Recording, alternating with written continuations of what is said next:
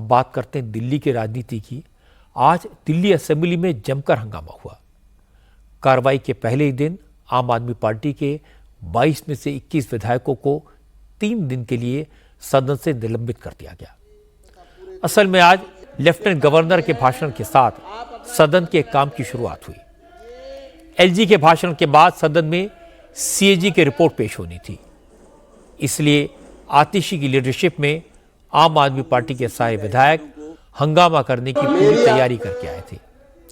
जैसे ही एलजी ने भाषण पढ़ना शुरू किया तो बाबा साहब अम्बेडकर और सरदार भगत सिंह की तस्वीर हटाने के मुद्दे पर आम आदमी पार्टी के विधायकों ने नारेबाजी शुरू कर दी।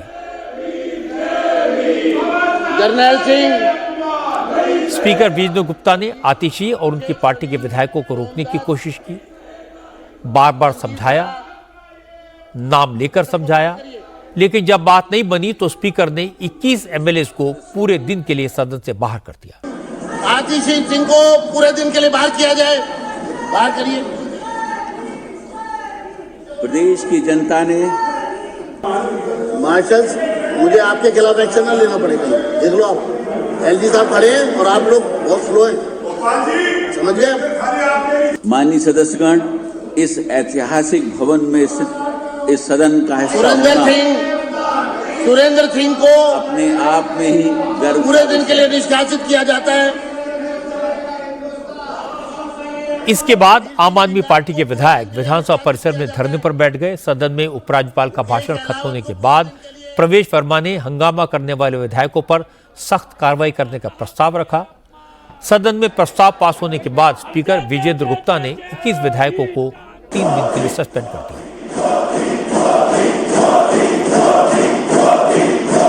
इसके बाद विधानसभा में मुख्यमंत्री रेखा गुप्ता ने शराब घोटाले पर सीएजी की रिपोर्ट पेश की।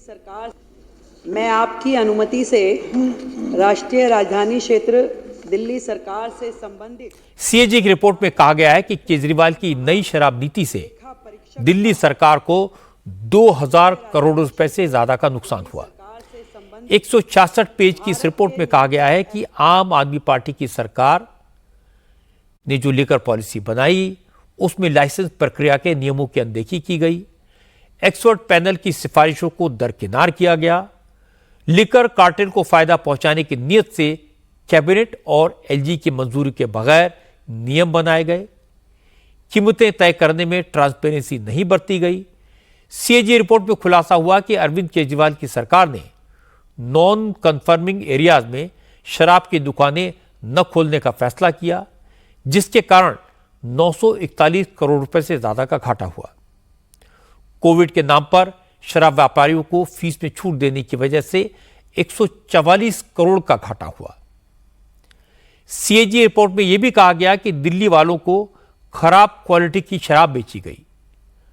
रिपोर्ट पर चर्चा के दौरान बीजेपी विधायक अरविंदर सिंह लवली ने कहा कि जो पार्टी सीएजी रिपोर्ट दिखाकर आंदोलन से निकली उसने ही सीएजी रिपोर्ट को छुपाया।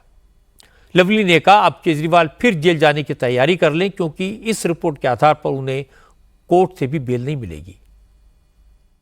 कोई भी सरकार की मर्जी नहीं है कि वो सीएजी की रिपोर्ट रखे या ना रखे, मैंडेटरी है।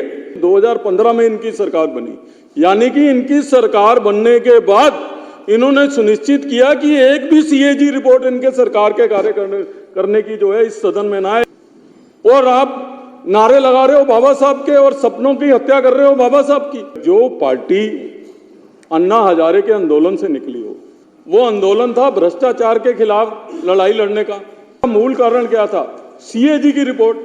सीएजी की रिपोर्ट के अंदर जो केंद्र सरकार पे उस समय भ्रष्टाचार के आरोप लगे थे, यहाँ दिल्ली सरकार पे जो भ्रष्टाचार के आरोप लगे थे, उन आरोपों की वजह से ही तो आप आंदोलन में बैठे थे। सीएजी की रिपोर्ट के बेस पे आपने आम आदमी पार्टी बनाई थी।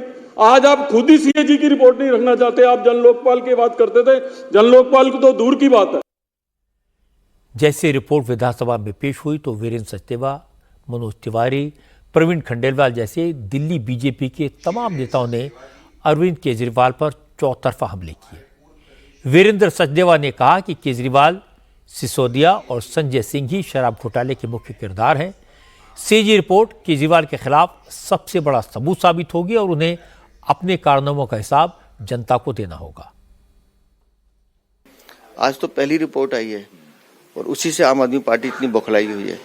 अरविंद केजरीवाल, संजय सिंह, मनीष सिसोदिया, 2000 करोड़ से ज्यादा का घोटाला उस सीएजी रिपोर्ट बता रही है। और सीएजी रिपोर्ट तो सरकारी दस्तावेज है, वो आपका हमारा दस्तावेज नहीं है।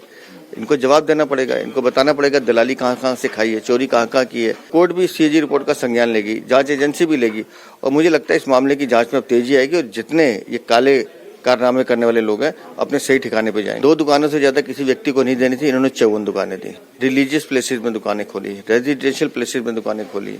जहां रीटेंडरिंग से पैसा बचाया जा सकता था वो पैसा 891 करोड़ वो वेस्ट होने दिया। मतलब ऐसे इन्होंने पाप किए हैं जिसकी सजा ईश्वर तो देगा लेकिन कानून भी देगा।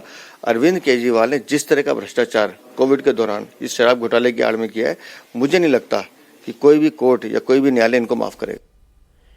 इंटरेस्टिंग बात यह कि आम आदमी पार्टी के नेता सीएजी रिपोर्ट को अपनी जीत बता रहे हैं।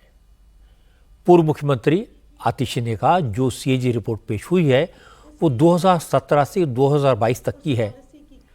इसमें जिन भी खामियों का जिक्र किया गया है, जिन भी गड़बड़ियों की बात की गई है, वो शीला दीक्षित की सरकार के जमाने की लिकर पॉलिसी को लेकर है। आतिशी ने कहा कि दिल्ली सरकार को घाटा तो केजरीवाल की लिकर पॉलिसी के कारण नहीं बल्कि एलजी, सीबीआई और ईडी की वजह से हुआ, क्योंकि एलजी ने लिकर पॉलिसी को ठीक से लागू ही नहीं होने दिया। इसलिए अब एलजी, सीबीआई और ईडी के खिलाफ भी जांच होनी चाहिए। आम आदमी पार्टी सरकार की इस बात पर सीएजी की इस रिपोर्ट ने मोहर लगा दी है कि ओल्ड एक्साइज पॉलिसी जो 2017 से 2021 तक चली उसमें हर प्रकार का भ्रष्टाचार हुआ। तो आज सीएजी की रिपोर्ट ने इस बात को साबित कर दिया है कि आम आदमी पार्टी की सरकार ने ओल्ड एक्साइज पॉलिसी को हटाकर सही फैसला लिया।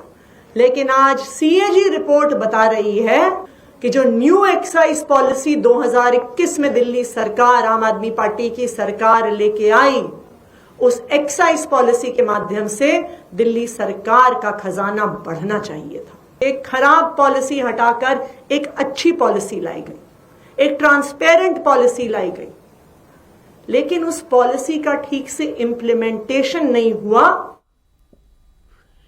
इतना सब होने के बाद आतिशी ने जिस अंदाज में जवाब दिया, उनका कॉन्फिडेंस काबिल तारीफ है। आतिशी और आम आदमी पार्टी के नेता बातों को घुमाने में इतने माहिर हैं।